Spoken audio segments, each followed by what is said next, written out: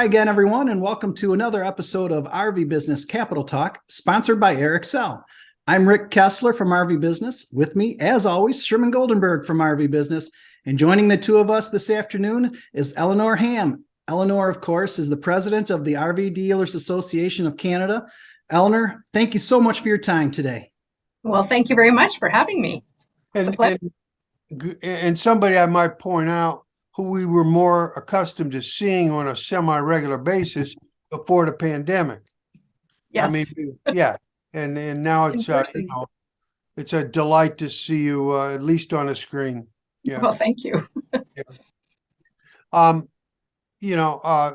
One thing Rick and I talked about really, if we go back even a year and a half, things were pretty disruptive along the U.S.-Canadian border, especially on the Canadian side of it in terms of supply channel, et cetera.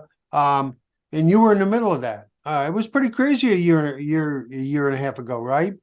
Yeah, absolutely. It was. I mean, obviously everybody was affected by the pandemic, but of course for us, we had the border. And as you know, about 95% of the product from the RVB industry that is sold in Canada comes from the US. So that definitely added an extra layer of difficulty for us because there were vaccine mandates. Some people had it, some people didn't. It was government enforced. There was testing and all of that. So, just to sort of compound everything, it was quite difficult. I'm going to say about 14 months ago, dealers were crying for inventory and not being able to keep up with demand and would have sold more if they had more. And now things are a little bit different. They've got a lot of inventory, so we're hopeful that consumers are still very interested in the RV lifestyle, which I think they are. But it's definitely been a roller coaster. Convert that, if you would, into a kind of a picture of the market today. You already mentioned inventories, probably the opposite situation than the one you were describing. But beyond that, yeah. Yeah, well, the market today, we do have a lot of inventory on the ground. I think things started, coming in. I mean, one of the issues too was there was a lot of product that was still, even though it had been purchased by the dealers, it was still in the US, and it took a long time to come. It came late in the year in 2022.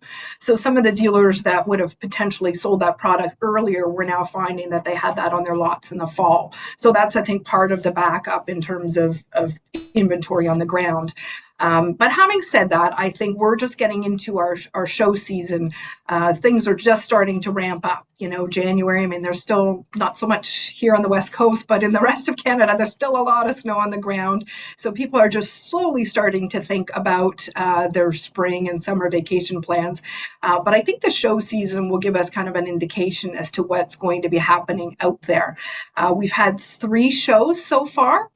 The first one was in Halifax, so that was a couple weeks ago, and it's a smaller show, but they had about 5,000 visitors, which is kind of an average number. They had one snow day, so that always seems to happen during show season. But I think what came out of there was there's a lot of enthusiasm. First of all, I mean, the vendors are excited to be able to put on a show again, so that was number one. And then there are lots of people who are kind of, I think, exploring the lifestyle. There's still so much interest in the lifestyle. I talked to one of the dealers at that show, and he noted that, interestingly, what was selling there for him were more like park models, higher end fifth wheels, motorhomes. So, again, that's a little bit different in terms of what product, is going to be selling. Often the shows in the spring tend to be for, families and maybe kind of that mid-level product. So interesting to see that.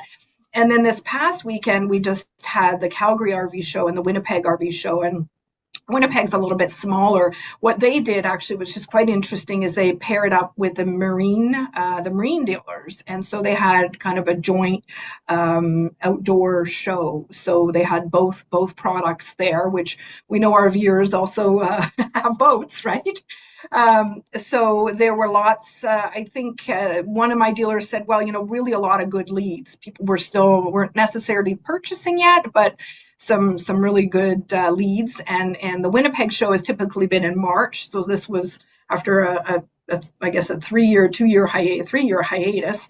They finally brought it back, and it was earlier in the season. So the fact that the dealers have gotten some great leads moving forward, I think will help get their season started hopefully a little bit sooner.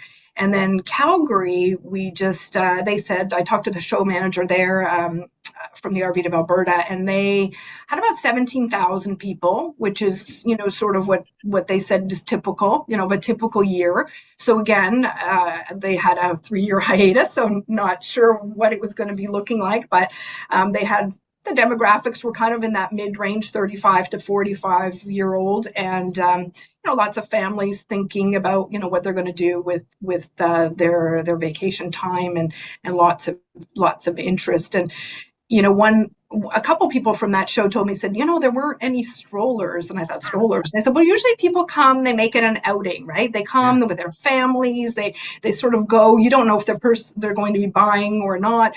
And so I think what that means is the people may have left their children at home, but that meant that they're really quite interested in the RV lifestyle, because they're going to take the time to go out to visit a show and not just, make it an outing. I think there's quite a bit of interest from consumers. So fingers crossed that the trend continues. There's a beat at retail, isn't there? Mm-hmm. Yes, absolutely. Absolutely. And I mean, we've got a few more Ottawas coming up this weekend, and then there'll be Edmonton, and our show season sort of goes till mid-March. When things really ramp up, you'll have the Toronto RV show. That's a huge one, and then Montreal as well. So fingers crossed that enthusiasm carries on, and our dealers are able to kind of even out a bit of their inventory. So Eleonore, what's when you are talking to your dealer members, what's on their minds? What keeps them up at night, I guess? Well, it's interesting you say that. I hope to have a better idea in a few weeks. We're doing a survey right now of our membership. Okay. We call it, well, we have a couple of things. It's more of an advocacy survey for government relations is what we're pitching, but we are asking them, that's exactly what we say. What is your biggest burning dealer issue is kind of what we call them up here. Staffing is a huge issue for our dealers still. We do a lot on for recruitment, more on the technician side, because obviously that's one area that they're always struggling, but just, people in general. In terms of some of the issues, obviously for us, we have a couple things that are going on with government right now in terms of regulations. We're trying to be proactive and get an exemption for the electronic logging devices for drivers, which I know we've sent some information out already on that.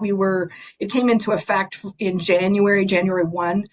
And so all these regulations always seem to come in January when, a lot of product is starting to kind of flow into Canada. Not the greatest timing. We did get an exemption for drive away. So any motorhome that's being brought into Canada, the drivers don't need to have an electronic logging device. They can, because I think because the motorhome is the commodity. So that was exempt, but we're still hoping to have some resolution on the towaway. So for towables.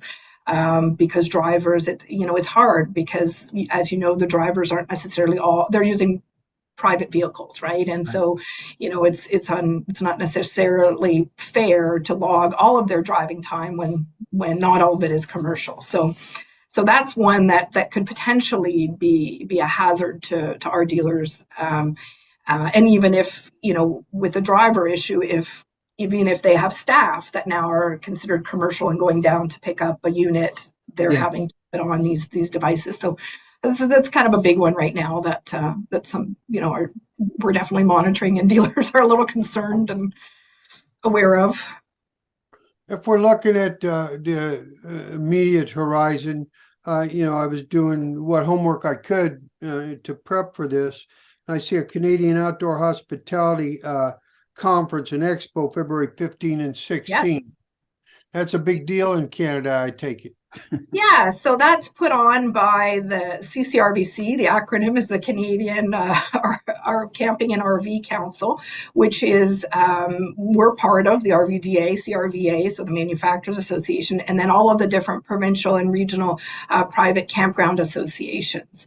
And so it's the conference itself is 2 days. It's virtual this year. I know there is thought of eventually moving it to potentially a hybrid model, but 2 days for campground operators to, it's kind of like, at RVDA, we have our dealer convention, but here is really for the campground operators. And it's a great opportunity. They've built in some networking events, but really some both from government relations, like what's happening, educating the campground operators, even from a dealer standpoint. We'll have a dealer panel, what are dealers seeing, just so that we can continue that dialogue, because sometimes that the dealers will sell the product, but there's not necessarily always follow through at the campground level.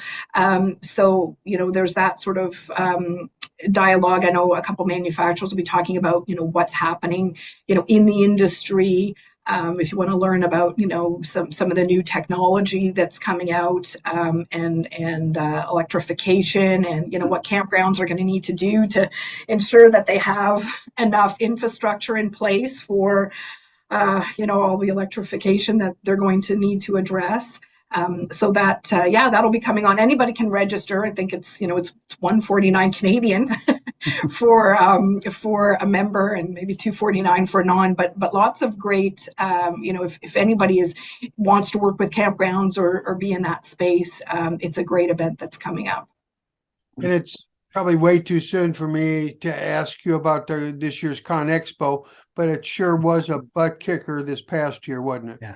Yeah, it was great. I mean, we had tremendous feedback from our dealers.